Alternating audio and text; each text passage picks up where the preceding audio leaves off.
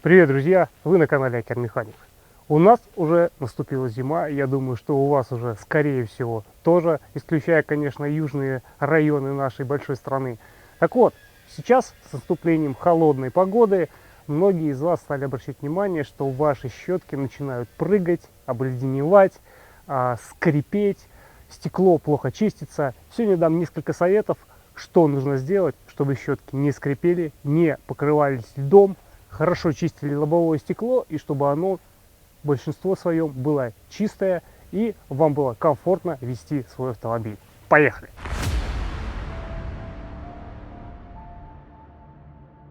Начну, ребята, в первую очередь с того, что не стоит делать вообще с механизмом стеклоочистителя как таковым. Щетки бывают каркасные, то есть у них есть так называемый каркас, на котором сидит резинка и которые амортизируют. И есть так называемые бескаркасные щетки, которые прижимаются за счет стальной пластины, которая находится внутри конструкции. Так вот, ни в коем случае, ребят, никогда не занимайтесь подгибом этих самых щеток, потому что, тем более каркасных, потому что этот силовой каркас, он служит для правильного расположения щетки. Видите, щетка бывает даже, она специально изогнута, чтобы правильно чистить ваше лобовое стекло. Если вы ее каким-то образом, ее каркас или элементы каркаса подгибаете, щетка ваша будет чистить неправильно и, скорее всего, будет прыгать, либо будет оставлять полосы. И дело тут вовсе даже не в резинке.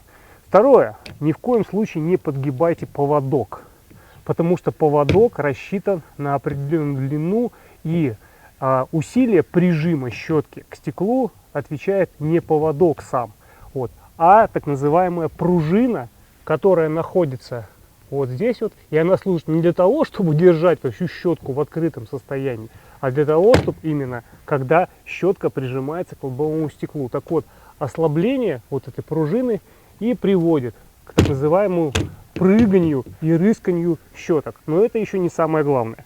Ну, ответ на главный вопрос: почему же все-таки прыгают и полосят и скрипят щетки стеклоочистителя? Вот смотрите, так называемый гребешок, да, он имеет вот такую вот форму, вот.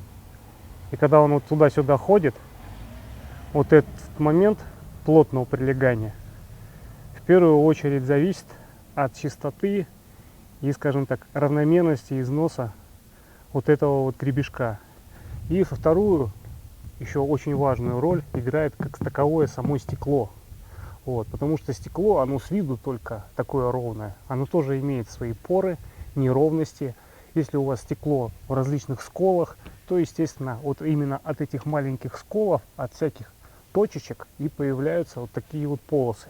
И они, кстати, очень быстро изнашивают щетку. Что в этом случае можно сделать? В первую очередь, после каждой мойки продувайте качественно очень щетку от песка, грязи. И после этого обрабатывайте каким-нибудь антиобледеневающим составом. Никогда не экономьте на жидкости стеклоомывания. Даже если стекло не сильно загрязнено, не экономьте на стеклоомывающей жидкости, всегда ополаскивайте стекло. Это поможет вам в первую очередь сохранить, естественно, в первоначальном, первозданном виде ваше вообще стекло, как таковое лобовое, так и стекло заднего вида. И поможет дольше и лучше работать самим щеткам. Естественно, когда на сухую щетки трут, они и быстрее изнашиваются, и отпескоструют, так сказать, ваше лобовое стекло.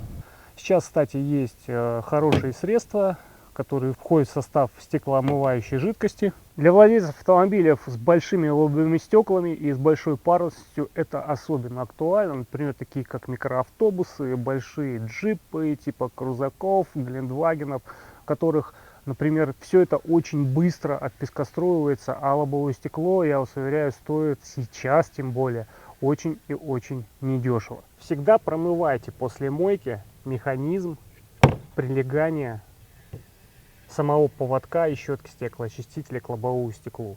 Как сам механизм, так и само место крепления щетки. Очень часто именно вода вот здесь заливает, щетка застывает в одном положении, в каком-то крайнем, и из-за этого начинает прыгать. и плохо чистить. Ну вот и на сегодня все. Надеюсь, помог. С вами был Акер Механик. Всем спасибо и до новых встреч.